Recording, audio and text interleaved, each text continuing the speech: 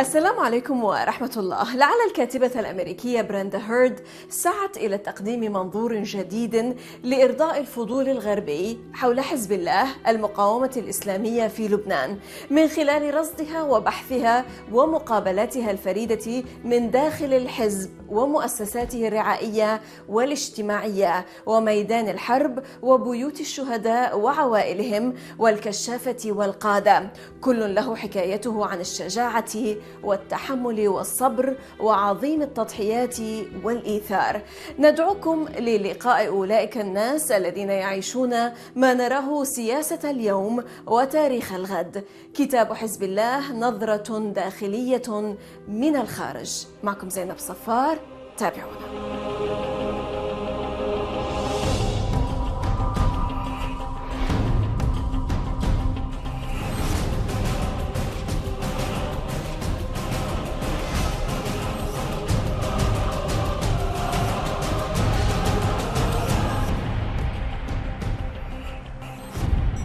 بريندا هيرد كاتبة أمريكية وناشطة في حقوق الإنسان، مؤلفة كتاب حزب الله، نظرة داخلية من الخارج، الذي نشر عام 2015.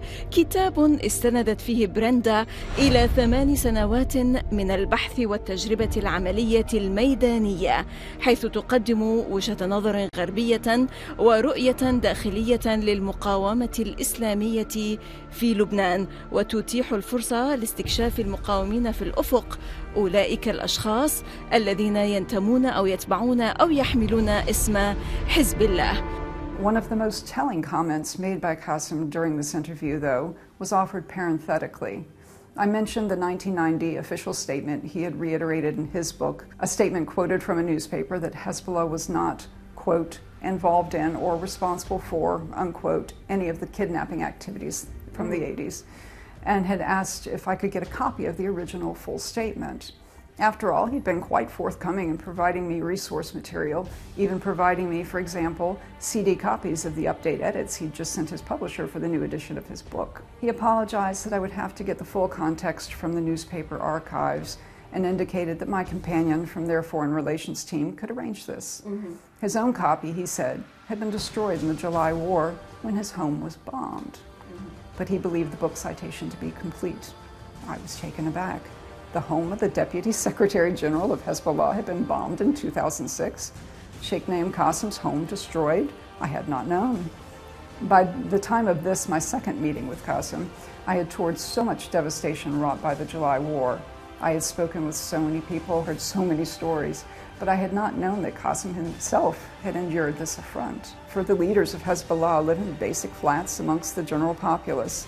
Its leaders do not barricade themselves off in fortress palaces, as is common practice for others. Humility may carry risk, but self-importance, they believe, carries more. And so I did not press for details. That the incident had been deemed relatively unimportant, certainly of no more important than the destruction of so very many others' homes, signified that details in this case should remain beneath the rubble. Qasim's nonchalance was evidence enough that bombs cannot flatten Hezbollah, and that rubble will merely be swept away. ولعل بريندا في مقدمة كتابها أشارت إلى أنها ألفت الكتاب لتجيب عن السؤال الذي طرحه منذ سنوات الغربيون المهتمون: من هم أولئك الأشخاص؟ وهل علينا فعليا أن نخافهم؟ ولكن لماذا لم تكن هي نفسها خائفة؟ Well, it was a labor of love for me. I was not a political person growing up. But when the July 2006 war broke out, I read the news and I was appalled at the violence that was being unleashed on Lebanon. And some friends said, we're going to the demonstration in central London. Do you want to come along? We're protesting this violence, calling for a ceasefire. I said, absolutely, count me in, and I went. And together we formed quickly this group we called Friends of Lebanon, and said we're dedicating ourselves to peace and dialogue, and we made a website, we started writing articles, we held events, we hosted British MPs and brought over Lebanese MPs and encouraged dialogue. And we accomplished a lot, I feel. But the more I researched, the more it kept coming back to Hezbollah. It seemed that everyone was dedicated to peace in the end, and yet there was no peace. Why not? Everyone had different ideas about the role Hezbollah would play in gaining that peace. So I was curious. I started researching and talking to people. And the more I researched, the more I learned, the more I was aghast at the message I had been receiving as an American all my life, that those people over there are crazed fanatics and such. It didn't match what I learned on a first-hand basis. And I started researching more and more and more. Then I came here, I saw the damage from the war. Before you know it, I had a book. How did you start, Brenda, the research? And what was the reason, or the prime reason? Was it just the war of what took place back in the year 2006? Right. And how did you start? It started just by We are so curious. I am curious by nature and a writer by nature. I love to investigate things, to figure out puzzles. And this to me was puzzling. So I did basic internet search, and I kept coming up with conflicting viewpoints. So I said, that's it, I want primary source information. I'm going to Lebanon. I came and I met up with a friend I had made in London who was involved with the protest. He said, I can put you in touch with someone who can show you around to the war areas. And I met him. He happens to work for the Foreign Affairs Office of Hezbollah, and he showed me more. And I said, I want to talk to people. I want to meet people. I want to see for myself. I'm not going to pick up a copy of Time magazine and read what I should be thinking. I want to think for myself. Let me meet these people. And they were more than gracious and allowed me to meet people. And this is what I've done with the Outsider's Inside View, is to invite the reader along. Say, share my experience. Come meet these people. We're going to get back to the specific point of how you got into having an inside look as an outsider of Hezbollah. But how can the average concerned citizen of the Western world know what to believe when it comes to the issue of Hezbollah? It is difficult, and I don't think that is something that should be taken lightly, because people's lives are literally at stake in this. Maybe not Western lives, but Lebanese lives to be sure. And I do think there are ramifications throughout the world. So it shouldn't be taken lightly. What I've tried to do is to offer my experience, to tell it as I experienced it, and explain perhaps differences in Lebanese to American or British culture so that they can experience it with me. And I've also taken the time to show that there are many times that their opinions might have been manipulated. So I've used several instances, examples, if you will. One British-Israeli PR firm called Bicom, and explained how they produced materials that were to influence both British politicians, media experts, and common reader, American congressional hearings, simple things like a movie Syriana that captured an image of Hezbollah, which is George Clooney. Yes. He was a brilliant actor, and it would be a good film if it were fiction, but it's not. They distinctly say they were trying to show Hezbollah as a mob or as a mafia. Exactly. In fact, the parallels between the scenery used between the movie The Godfather, the classic mafia film, and the ones used in the film are so direct.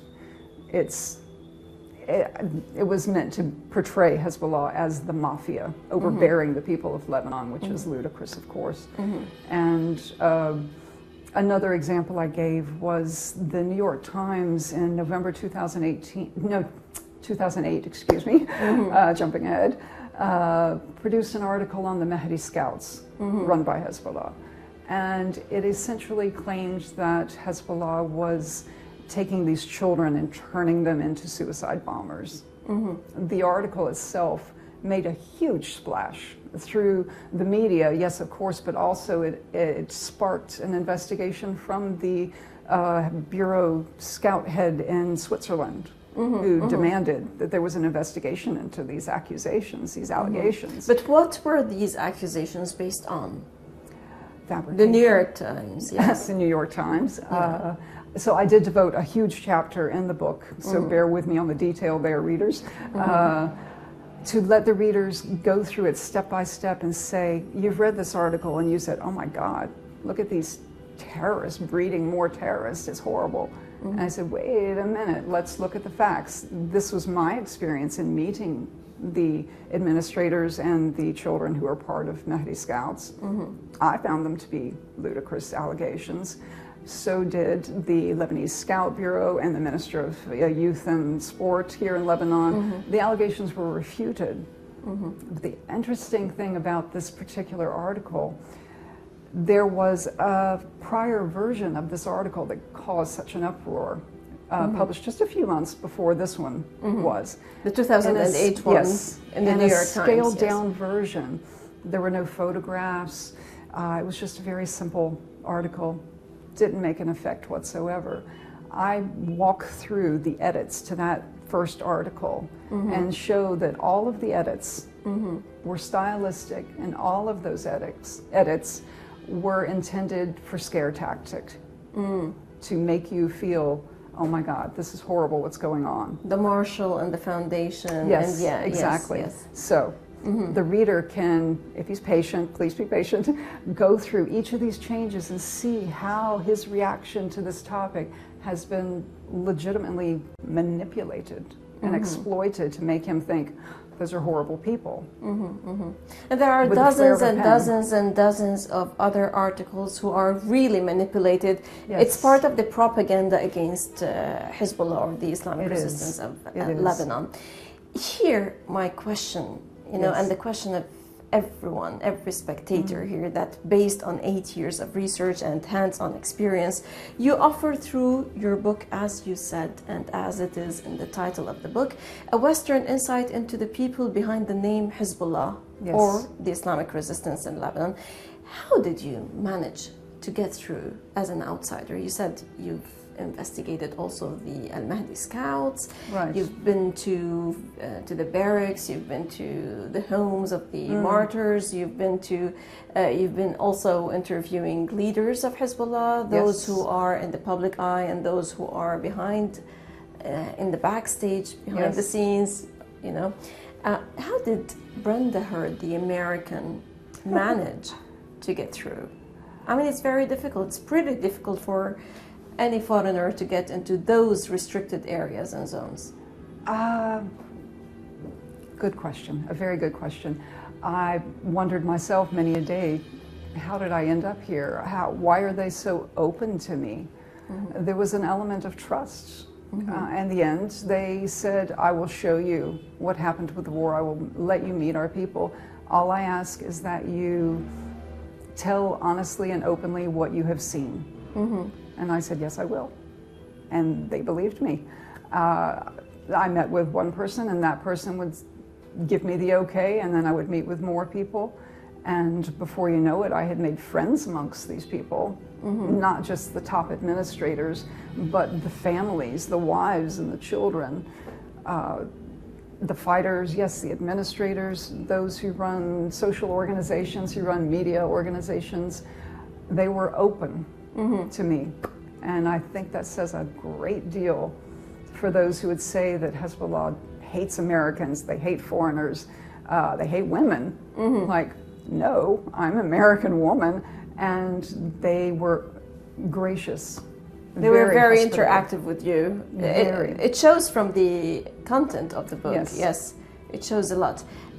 Tell me about a very strange experience, Brenda, perhaps you had through those 8 years of trying to get everything into that book. I think one of the... Because I think when you go to a place or to meet a person, you have like hundreds of questions in mind, right? Yes, indeed. So many to choose from. I'll go in two directions. In one direction, I really appreciated meeting with the resistance fighters. Because who doesn't? Who doesn't?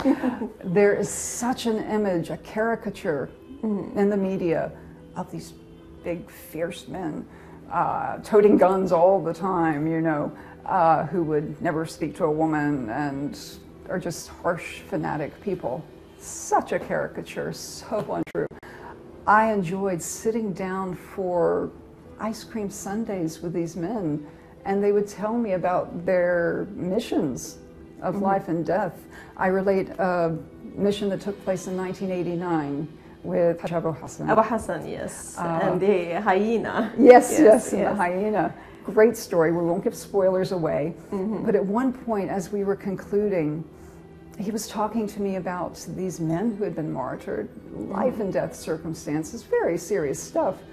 But he has a smile on his face, and he's cutting his fresh fruit and handing me some. Yes, a man in Hezbollah handing me fresh fruit to enjoy, and smiling and making jokes at the same time. I'm like, what is this? It so defied the caricature that was out there in the media that I realized that this is just part of his life. Right. Right. And we don't want you to talk more about give it away. The detailed content of this very nice story. We invite our audience also and our viewers to grab the book and try to read more inside, to have an inside look. We're going to talk a bit more about the challenges that you faced, Brenda, but we have to stop now for a short break, and then we'll come back to the challenges after the break. إذا فاصل قصير ونعود، لا تذهبوا بعيدا.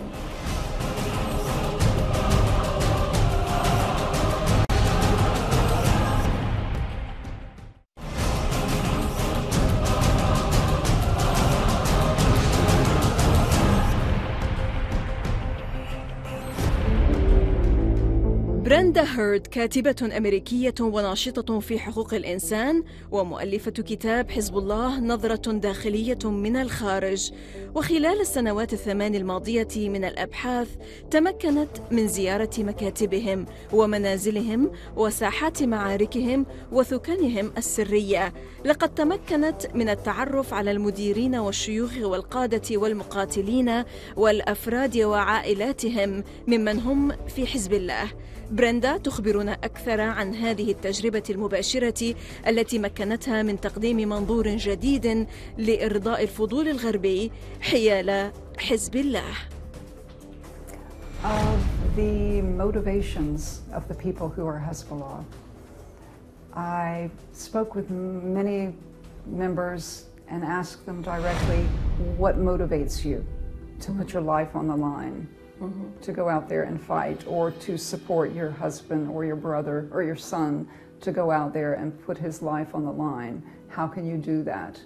And it always came back to Islam, the responsibility of defense, of a great faith that sustained them and brought them peace, no matter the hardships, no matter the sacrifice.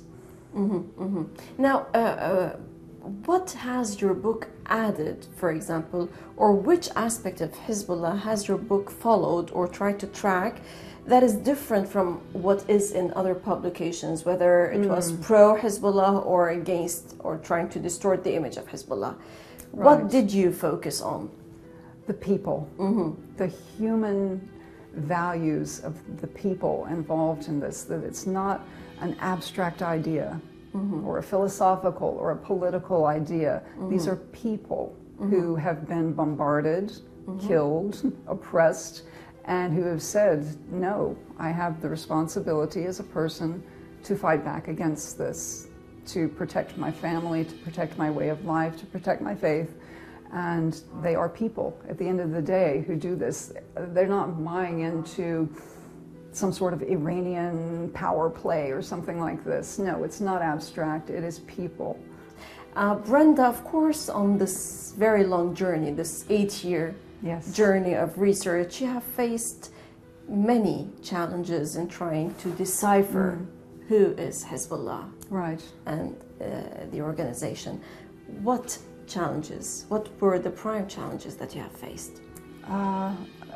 Challenges were not as I expected them to be. I expected to not be allowed into those barracks and the battlefields and such, but that was actually the easy part, and that part pretty much wrote itself, because there was such consistency in what I was told by everything I discovered. The hardest challenge for me as a writer was how to reach a reader who had been conditioned probably all of his life that these are terrorists, these are fanatics, how to approach them, how to reach them, how to get them to reconsider. Not necessarily to just because the take mainstream it on board. media will resolutely label Hezbollah as fanatics, as militants, as terrorists, as extremists, as whatever. Exactly. Yeah. Now, but Brenda, and here I would appreciate if you can tell us, did anybody urge you that, well, this to be included and this to be never. put away, or try to paraphrase it in a certain way or rephrase it? Or Right. Yes, they did not. Absolutely no stage managing. How come? They could have. Anybody else would have. But this is not Hezbollah. It is not their style.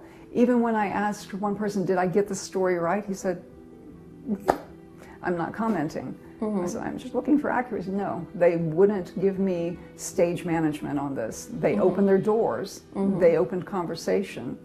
But I chose, I'm American at the end of the day, I chose what I wanted to cover and how I wanted to cover it and when I wanted to cover it. And they were just gracious in allowing me the opportunity to do that. But they never said, include this or don't include that. Never, ever. Now, tell us in a minute, please, about the website, which functions more or less as an appendix to the book. What does it include and offer to the reader? Right. It's insidehezbollah.com. It gives some general background about the book, but most importantly, it gives links to all of the sources. It's called an inside view, but it's not just an inside view. It also cites over 650 external sources, research, UNIFIL reports, UN documents, government documents, both Lebanese, American, British, Israeli, primary sources of information. This website gives links to all of them.